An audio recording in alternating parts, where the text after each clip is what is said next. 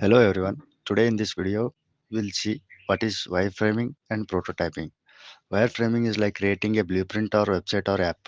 It shows the basic layout where buttons, menus, and content will go.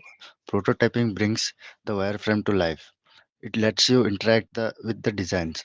Click buttons, see how screen change.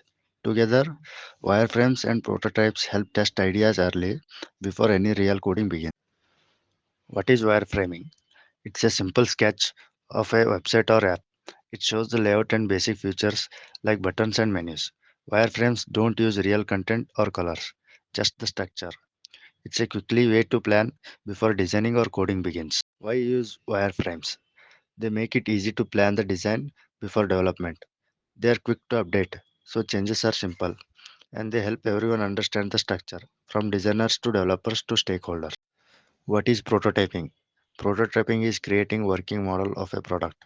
It shows how users will interact with it, like clicking, scrolling, or navigating. It looks and works like the final version, but it's not fully built yet. It helps test ideas before full development begins. Why use prototypes? They let you test ideas early before spending time on full development. You can find and fix issues quickly, and they clearly shows the real user flow.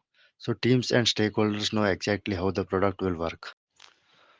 Let's compare wireframes and prototypes. Wireframes looks like simple sketch, while prototypes looks like that real product. Wireframes have no interaction, but prototypes are clickable and interactive. The main purpose of a wireframe is layout planning, while prototypes are used for testing. Both are key steps in the design process, but they serve different goals. To summarize, wireframes are simple layout plan. Prototypes are an interactive model. Together, they help teams build better designs, faster, clearer, and with fewer mistakes.